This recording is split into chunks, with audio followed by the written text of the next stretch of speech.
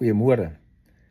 Van vandag af het ek gedink ek sal so 'n bietjie elke dag praat oor wêreldnuus. Ons sien baie ouens, baie kommentators maak hulle opinies oor wat aangaan met wêreldnuus. En ek dink dit is 'n goeie idee as ek ook deel my persepsie op wêreldnuus en so 'n bietjie nabetragting doen. So ek gaan elke dag kyk wat is daar in die nuus en dan sien watter informasie ek meer geredelik toegang tot het en dan sal ek dit met julle share. Net om voor ook aan die ander kant van 'n coin te gee van dinge wat aangaan. So om te begin skop af, ek sien Israel het vandag begin met 'n groot ground assault in Gaza met die doel om heeltemal van Hamas ontslae te raak en dan logies gaan jy nou kry dat daar kommentators gaan wees wat sê Israel is besig met genocide daar in Gaza en anders sal weer sê dat dis Gaza of Hamas se eie skuld dat dit gebeur want weens die oor en weer gefightery en die ding is die feit dat die Hamas ouens kort attacks binne Israel doen is hulle alleen gelos word.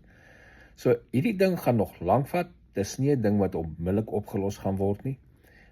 Israel het sy kop neergesit, hulle gaan veg tot hulle Hamas heeltemal uitwis en die ongelukkigheid van so 'n tipe is 'n fight en terroristorganisasie.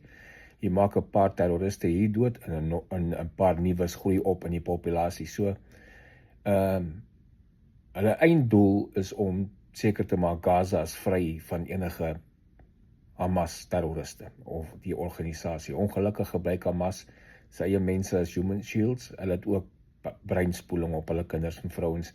Dis hoekom dit mense nie verstaan hoekom gepat hulle weet die oorlog kom, hulle weet die airstrikes kom, hulle bly waar hulle is om getref te word. En baie van hulle doen dit martyrdom of hulle word geforseer in 'n mans.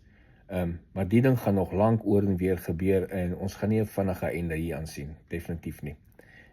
Netanyahu wat erken, hy weet hy gaan gealienate word op die wêreldpop politiek weens die aanvalle wat die UN van die UN se magte sê nou UN sê dat dit nou 'n genocide op Gaza is, op die bevolking is. Maar albei kante het sterkpunte waarop hulle staan.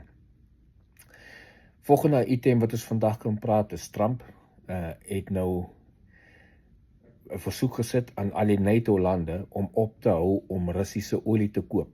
En as ons eintlik kyk, is dit eintlik eers moontlik, want onthou Rusland se olie en gas het voorsien in Europa in vir dekades al. So hoekom vra Trump NATO-lande moet ophou om sy olie te koop? In die eerste plek, as jy ophou om sy olie te koop, dan maak hy nie geld om te kan in sy oorlogmasjien in te sit nie. Die ander ding as jy begin olie koop, of is die westerse lande, die mark begin vloed met olie, en die olieprys drop, gaan hy ook 'n selfe impact hê. As die olieprys drop, kan hy nie so baie geld kry vir sy olie nie. Maar dit gaan baie help in die rigting van die sanksies teen Rusland, as die NATO-lande wat opstaan teen Rusland, op om sy olie te koop om hom geld te gee dat hy kan aangaan met die fight.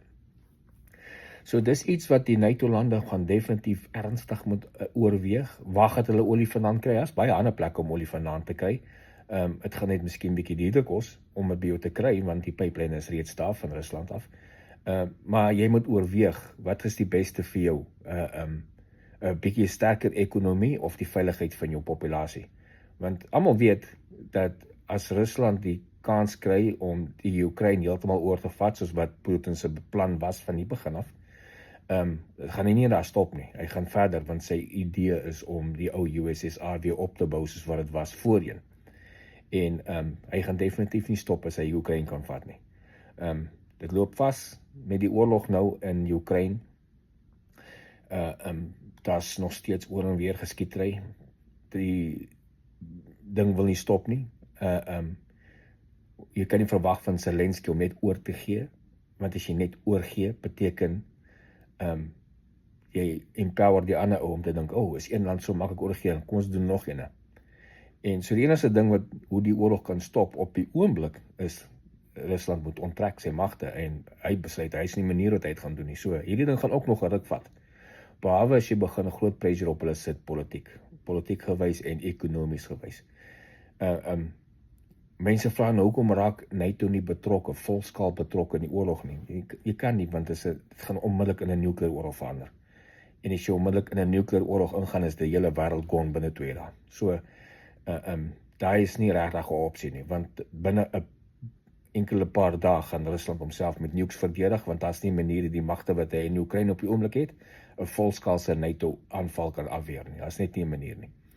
En so, intussen gaan hy maar aan, Putin gaan maar aan om sy eie soldate op te offer om sy doelstellings te kry, dis hoe hulle werk in Rusland. Hopelik kan interne pressure op 'n stadium begin kom om te stop met wat hy doen. So, nog 'n artikel wat ons vandag sien, Robert Redford, ek sien hy is dood vandag op 89-jarige ouderdom. Ek het nogal van hom gehou, Robert Redford, hy maak baie goeie flieks gemaak, so iets om te escape na as jy sy movies kyk, altyd goeie kwaliteit movies, ek het gehou van hom. So Robert Redford dan dood op 89-jarige ouderdom, lang innings gehad en 'n goeie lewe gehad en hoop maar sy pad was reg. As ek so kyk na sy persoonlikheid en so, lyk my sy pad was redelik reg geweest. Dan het ons almal weet nou van die Charlie Kirk sleepmoord die week, daai ou wat in hegtenis geneem is, daai laitief, Tyler Robinson.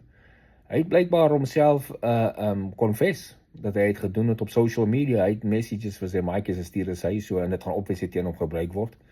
Daar's ook DNA gekry op die toneel waar hy was, daar waar hy op die dak was, waar hy afgeklim het hulle die DNA van hom gekry en ook op die handdoek wat om die wapen gedraai was.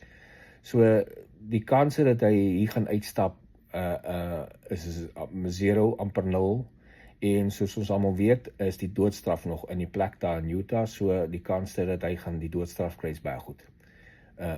Hang af as hulle iewers kan iets regkom met insanity of so iets, ek weet nie, ek glo nie, hulle gaan met dit regkom nie, maar hy sal gecheck word daarvoor. Maar ek vermoed dat hierdie mannetjie gaan vir homself op death row kry, so hy gaan nooit weer uit die tronk uitkom nie. Dan het Trump vandag 'n deal deurgemaak met China om TikTok in Amerika te hou. TikTok was op 'n lys om geban te word uit Amerika uit en nou moet jy ook die ekstra kyk hierna. Trump het 'n deal met China gemaak vandag om TikTok hier te hou weens sekere beleggings wat hulle doen en eienaars verander. Dit is deel van 'n groter deal. So hierdie is nie, baie mense sien dit nie altyd raak of weet nie van die ander goed nie, maar hier kom 'n groot deal tussen Amerika en China. Onthou, China uitvoer, die meeste van hulle uitvoer gaan Amerika toe. Die grootste deel van hulle uitvoer. Baie mense praat altyd van, hier gaan nog enige oorlog kom tussen China en Amerika. Daar's nie manier nie. Daar's geen manier dat dit sal kom nie. China sal dit nie waag om 'n skoot te skiet in die rigting van Amerika nie. Want China is nie oorlogmakers nie. Hulle is besigheidsmense. Hulle kyk die lang pad om besigheid te maak. Hulle sê jy moet 'n besigheid probeer uitstoot en so, maar nie oorlog maak nie, want hulle is besigheidsmense. Nou, dink vir jouself in, jy het 'n bicycle shop, jy maak 100 bicycles 'n maand, en jy verkoop jou 60 van jou 100 bicycles aan die een plek alleen. Nou skiet jy op daai plek, en daai plek besluit, okay, ek koop nie meer jou 60 bicycles nie, wat maak jy nou met die ander 60 bicycles, want niemand anders gaan dit kan koop nie, want jy het nou te veel bicycles. So, dis nou eintlik 'n simpel basiese vergelyking, maar dis maar eintlik wat dit is. Amerika skuld ook baie geld aan China. Ek praat nou van 'n paar triljoen dollar lenings wat hulle by China het. Is dieselfde ding kom weer in plek. As ek die bank is en jy skuld my geld, hoekom gaan ek jou iets wil aandoen as jy nog steeds vir my baie geld skuld? Want al wat jy dan gaan doen is besluit jy betaal nie my skuld terug nie, dan sink jy my anyway. So hierdie ding wat baie mense, ek sien baie mense en baie kommentators praat van hier kom groot oorlog en wêreldoorlog en al hierdie tipe van ding, omdat die oorlog daar tussen Rusland en Oekraïne aangaan en die ekonomies van die Weste gaan platval. Ek is jammer, maar jy gaan regtig teleurgesteld wees as jy dink dit gaan gebeur, of enigstens gou gaan gebeur. Kom ons gaan verder met Trump. Hy kom vandag met sy state visit aan in Engeland met King Charles. Hulle gaan daar vir 3 dae wees. Trump en Charles. Dit is die eerste keer dat 'n Amerikaanse president 2 state visits aan Engeland doen of in die Royal Huis doen. Hy sal vandag en môre en oormôre hy en sy vrou daarso by Buckingham Palace wees en obviously gaan hy met Keir Starmer ontmoet en so aan. Hulle het nou die dag juist 'n groot kontrak gesign tussen Brittanje en Amerika vir trade deals en so aan. En ek is seker hierdie gaan nog 'n paar goed oplewer agter dit.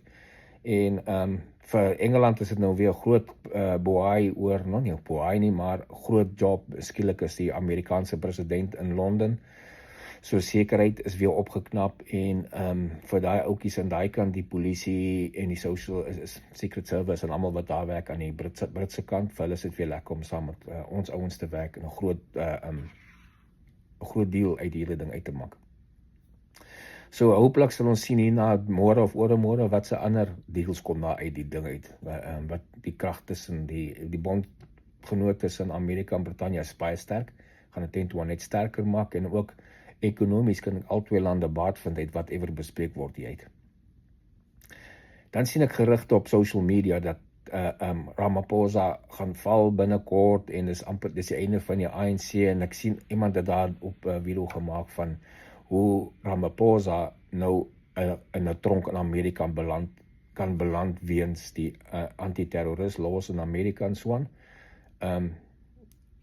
Nou weet jy hoe hulle lekker by dit uitkom nie, maar die kans dat Ramaphosa gearresteer word deur Amerika en hier in 'n tronk opeindig, 0. Daar's nie so kans nie. Die ouens verstaan nie lekker daai wette nie en die dinge wat hy doen, Ramaphosa doen in Suid-Afrika is nie deel van daai wette nie. So as jy daar, ek sien dit is 'n video wat op social media versprei en baie mense versprei dit onder mekaar en glo hier's nou 'n kans vir ons, hulle gaan Ramaphosa kom arresteer en Amerika toe vat. Dit gaan nie gebeur nie. Ramaphosa gaan nog verlang daar in charge wees. Die ANC gaan nog verlang daar in charge wees in die volgende verkiesing. Almal praat van hulle gaan vou vir die volgende verkiesing en so en ongelukkig dit kan gebeur in die naam ANC kan dalk verdwyn, mens weet nie. Want dieselfde mense gaan nog steeds in charge wees. Daar gaan nie 'n groot verskil kom tussen wie nou in charge is in Suid-Afrika en wie in die volgende 15 en 20 jaar in charge wees in Suid-Afrika nie. En dieselfde rigting wat hulle die land indruk gaan nog steeds net so aangaan. Dit gaan net elke dag slegter en slegter en slegter gaan. Ek wil nou nie die bearer van bad news wees nie, maar dis net realiteit. Dan die laaste berig vir vandag wat ek oor wil praat is Poland. Hulle wil hê NATO moet 'n no-fly zone oor Oekraïne en dan hy omgewing sit. Weens die Russiese drones wat laasweek in Poland ingevlieg het. Nou my eerste ding wat ek oor wonder, ek verstaan nie hoe werk Putin se kop. Hoe kan hy toelaat dat sy generaals of wieever dit ook al is, drones in Poland ingestuur het nie. Daai drones was almal geïntersept en afgeskiet, maar nog steeds, dis poking 'n plek wat nie, dis nou krap by 'n plek wat glad nie juk nie. Want dis 'n NATO-land. Jy stuur nou drones reguit oor 'n NATO-land wat nie deel is van jou oorlog nie. Dis nou moeilikheid soek. Dis regtig moeilikheid soek. Dis nou regtig onnodig geweest. Hulle gaan dit nie toelaat nie. So dis hoekom dit uitgekom het. Poland vra dat NATO nou 'n no-fly zone. Nou 'n no-fly zone beteken as ons 'n no-fly zone afdwing op enige plek, beteken dat daar meer lugafweerstelsels en vliegtye wees. So enigiets wat daar aankom wat nie moet inkom, jy gaan definitief net afgeskiet word. En dis onmiddellike eskalasie. Dit kan 'n eskalasie tussen NATO en Rusland wees. 'n Eskalasie tussen NATO en Rusland kan 'n volskaalse NATO invasion beteken in die oorlog in. En soos dit wees, soos ek nou nog gesê het, dan val dit terug na die geval toe waar Rusland homself met nukes gaan moet verdedig en dan sal 'n nuclear oorlog reg oor die wêreld. As so iets moet gebeur, 'n volskaalse nuclear oorlog. Kyk, Rusland kan nie nuclear missiele in Oekraïne skiet om daar waar die frontline is vir Oekraïne te stop nie, want dit is te naby sy eie grondgebied. Dit gaan net nie werk nie. Die plek kan nooit weer gebruik word nie, maar ook die fallout gaan terugwaai oor sy eie land. So dit sal nie daar gebeur nie. Maar as daar nukes geskiet word in ander stede in Europa gaan die hele weste onmiddellik respond. So al die tekens in Rusland is gone in die eerste halfuur. Dis Moskou St. Petersburg, al die industriële gebiede, al die militêre basisse. Hulle mag selfs 'n paar missiele loskry en dit gaan in Europa in stede in. Dit kan van hulle gaan in Amerika aankom. Amerika het die vermoë om inkomende nukleêre missiele af te skiet. Rusland het nie daai vermoë nie.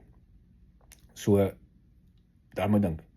Amerika het nie die vermoë om almal, as hy jou overwhelm met 'n klomp missiele, jy gaan nie almal kan stop nie, so daar gaan definitief 'n klomp deurkom. En dan onmiddellik daarna gaan daar responses wees na die plekke wat jy kan support na die eerste oorlog verby is, na die eerste strikes verby is. Wie is jou allies? So, Suid-Afrika, Brazil, Indië, die plekke wat allied is met BRICS, hulle gaan definitief deur die Weste getref word. Especially al die Suid-Afrikaanse kusdorpe, die havens en die industriële gebiede, want van daar af is jou supply line wat jy kan restock en rearm en van Voorberei af van by aankom. So, al die plekke, dit beteken, die hele wêreld gaan in 'n oorlog wees en dit gaan binne 'n dag en 'n half is verby. Daar gaan nie baie survivors oor wees nie, en die wat survive, wat ver genoeg weg van die blast areas af is, gaan net binne 'n paar weke, 'n paar maande dood wees van radiation poisoning anyway. So, en almal weet dit, die Weste en die Ooste weet dit, so hopelik is niemand so mal genoeg om my knop te druk en die ander respond nie. So ons sit op 'n punt, tipping point vir die wêreld op die oomblik. Is daai oorlog nie afkoel in Europa op die oomblik nie tussen Oekraïne en Rusland nie, kan dit sleg uitdraai. Maar ek vermoed dit is iets wat net stil gaan eventually gaan verdwyn weer naderlik. Dit gaan begin wees, gaan Oekraïne grond verloor, moontlik gaan hulle grond verloor, maar op die oomblik is Trump op die punt wat hy gaan sê, okay, ek onttrek my, doen julle eie ding. Hy gaan dit los aan NATO en of aan die Europese lande en Rusland om dit uit te sorteer, want dit lyk my nie aan die albei kante is daar 'n wil om dit te stop nie. En ek kan verstaan aan die westerse kant, nie die westers nie, aan Zelensky se kant, jy wil nie net jou plek opgee nie. En dan aan die Russiese kant, hy wil sy plek op, hy wil die hele USSR hê waar dit was, en sy kop is gesê daarop, so hopelik kom iets uit daai ding gestop word.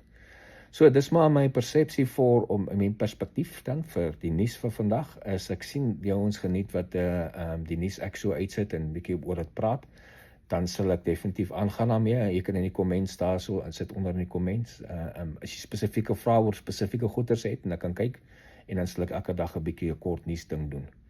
Baie dankie, geniet die dag verder.